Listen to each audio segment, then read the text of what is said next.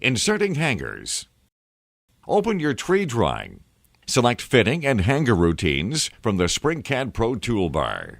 Select Insert Hanger from the toolbar that appears. The O-snap will automatically set to near. You have to make sure that the hanger is inserted exactly on a pipe or errors will occur.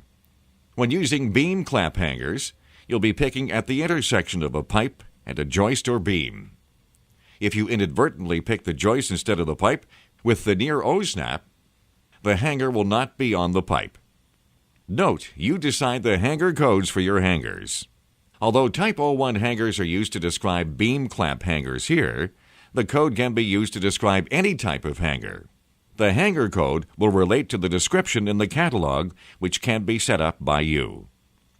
Zoom into the top left corner of the building and pick the intersection of the pipe and joist with the intersection O-snap. Using the intersection O-snap to make this pick will ensure that the hanger is attached to the pipe. Press Enter, and the Edit Attributes dialog box will appear. Press OK to accept the default 01 hanger with a 0 offset from the top of steel. A slash mark for the hanger location will appear on the pipe with an 01 tag to the right. You can continue adding hangers in this manner or copy or array existing ones. In most cases, there is available overhead steel to use 01 hangers.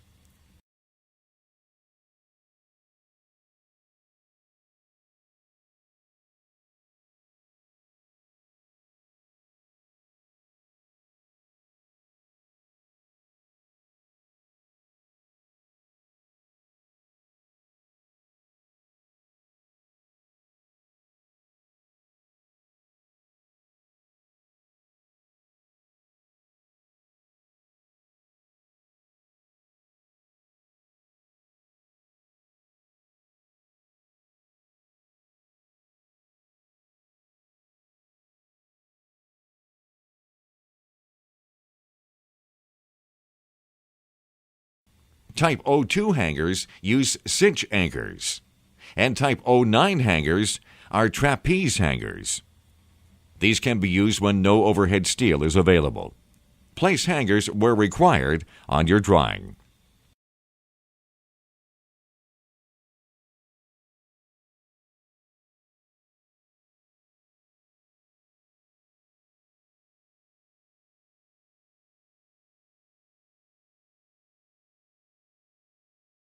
Doing a stock list calculation.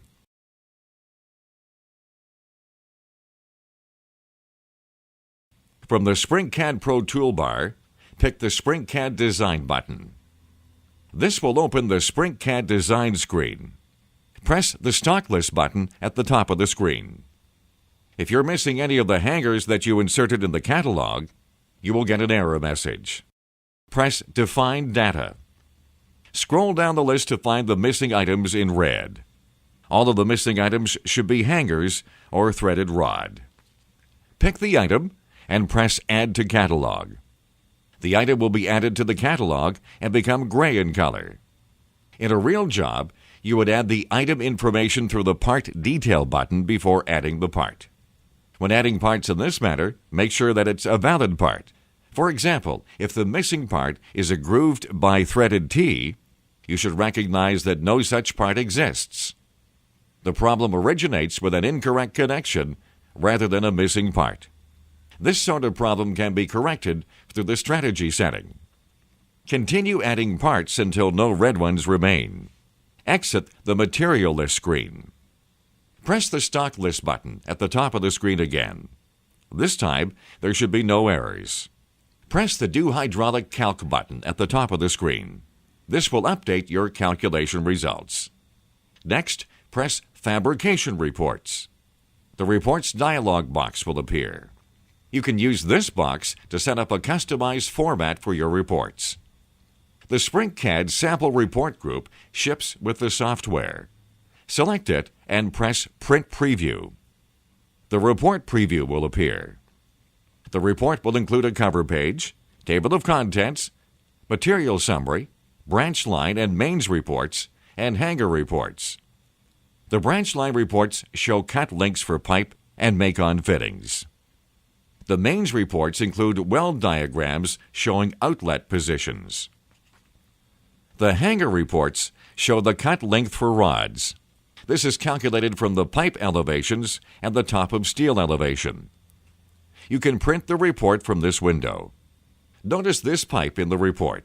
This is the pipe piece between the stub up and the bottom of the butterfly valve. The report shows that it's GG, or grooved at both ends. The stub up is flanged, and you would want the end of the pipe to be flanged as well. You can alter the fabrication through connection strategies. Press close to exit. Select Connections from the Strategies pull-down menu. Your tree setup will appear. The top row shows the default end prep method for all Schedule 10 pipe. It is to be grooved. In the plan view of the piping plan, this is correct. All of the Schedule 10 pipe, such as the mains, will use grooved fittings. The third row specifies that all Schedule 40 pipe from 1 inch to 2 inch will be threaded. Since you use Schedule 40 pipe in sizes of 2 inches or less for the branch lines, they will be threaded, and threaded fittings will be used for connections. The ductile iron pipe is to be flanged. This setup is correct for all connections in the drawing except one: the connection of the underground to the bottom of the riser, where the program is attempting to connect a grooved pipe with a flanged one.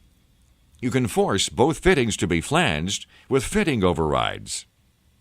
Pick the Fitting Overrides tab. Enter the settings shown here. Any Schedule 10 pipe from 2 inch to 6 inch, when connected to a ductile iron pipe from 4 inch to 10 inch, will be flanged.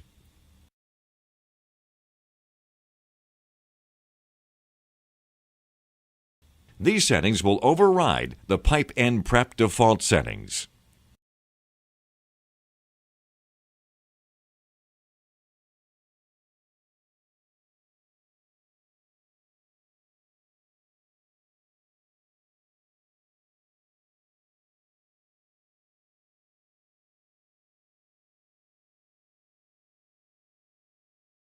Press Save to keep this with your tree setup. Press OK to exit and perform another stock list calculation.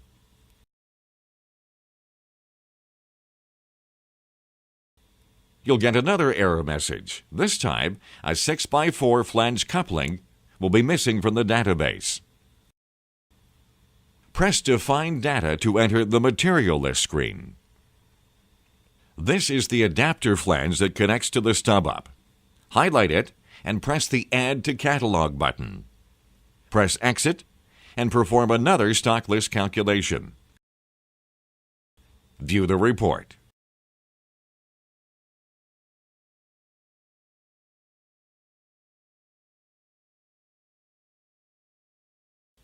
The report now shows this piece to be flanged at one end and grooved on the other.